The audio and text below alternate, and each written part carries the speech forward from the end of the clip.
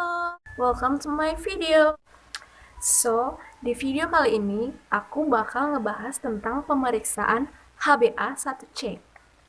Oke, jadi apa tujuan pemeriksaan HbA1c ini? Jadi, tujuan pemeriksaan ini yaitu adalah untuk mengetahui kadar gula darah di dalam hemoglobin kita. Oke, untuk pemeriksaannya kita dibagi menjadi 3 tahap. Yang pertama tahap praanalitik. Dalam tahap praanalitik ini dibagi menjadi persiapan alat dan bahan, yang kedua persiapan pasien. Yang kedua ini adalah tahap analitik. Tahap analitik ini di mana kita sudah melakukan prosedur-prosedur atau cara kerja dalam pemeriksaan. Dan yang ketiga ini tahap pasca analitik. Tahap pasca analitik ini yaitu di mana kita telah mengeluarkan hasil pemeriksaan ini, atau bisa dibilang interpretasi hasil. Alat yang kita pakai pada pemeriksaan ini yaitu analyzer Dxgen, cartridge, mikropipet 20 mikro dan 5 mikro, tip putih, serta kapiler tip. Bahannya sampel darah kapiler atau ETA, R1, dan W1. Untuk persiapan pasiennya tidak ada ya, pasien tidak dianjurkan untuk berpuasa. Oke, kita masuk ke tahap yang kedua, yaitu tahap analitik atau tahap prosedur pemeriksaannya. Yang pertama-tama, kalian tekan tombol on di belakang alat Dxgen. Yang kedua, akan muncul tampilan dengan tulisan tes. Kemudian kalian akan sentuh tes, tulisan tes itu. Maka alat akan mengkalibrasikan dengan sendirinya. Kemudian, kalian masukkan test card-nya ke dalam di bagian atas alat Dxgen tersebut. Setelah itu akan muncul kolom untuk mengisi identitas pasien, antara lain nama, jenis kelamin, tanggal lahir, dan kemudian kalian klik save. Setelah itu akan muncul pemilihan sampel. Kalian klik WB atau whole blood. Setelah itu kalian klik incubation default dan klik start.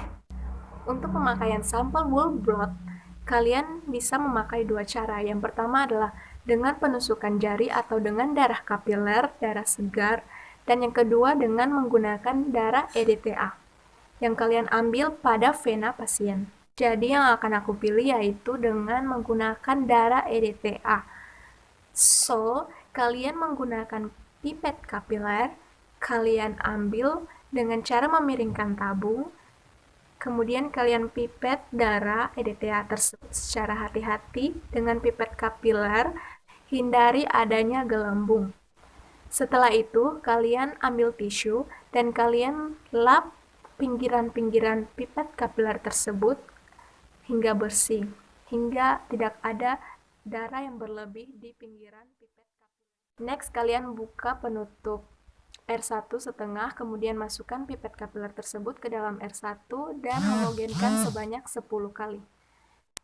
Pada layar Dxgen, kalian sentuh incubation, setelah itu kalian diamkan R1 selama 2 menit. Ketika pada detik 20, kalian siapkan W1 atau cartridge washing. Juga kalian siapkan cleaning pad dan tip. Pada detik ke-10, kalian homogenkan R1-nya sebanyak 3 kali. Next, kalian ambil 25 mikron R1, kemudian kalian teteskan pada cartridge.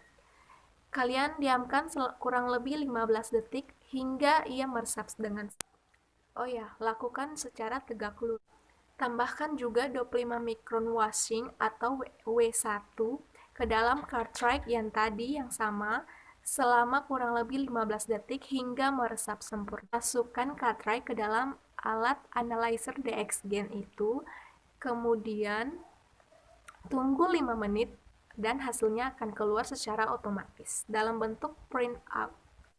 And then kalian keluarkan cartridge dari alat analyzer Dxgen, kemudian kalian klik save. Tahap yang ketiga yaitu tahap interpretasi hasil. Nilai normalnya yaitu 5,7% dan untuk prediabetes nilainya 5,7 hingga 6,4%. Dan untuk diabetes nilainya 6,5% ke atas. Segitu aja penjelasan dari aku mengenai pemeriksaan HbA1c. Semoga video ini dapat bermanfaat. Bye!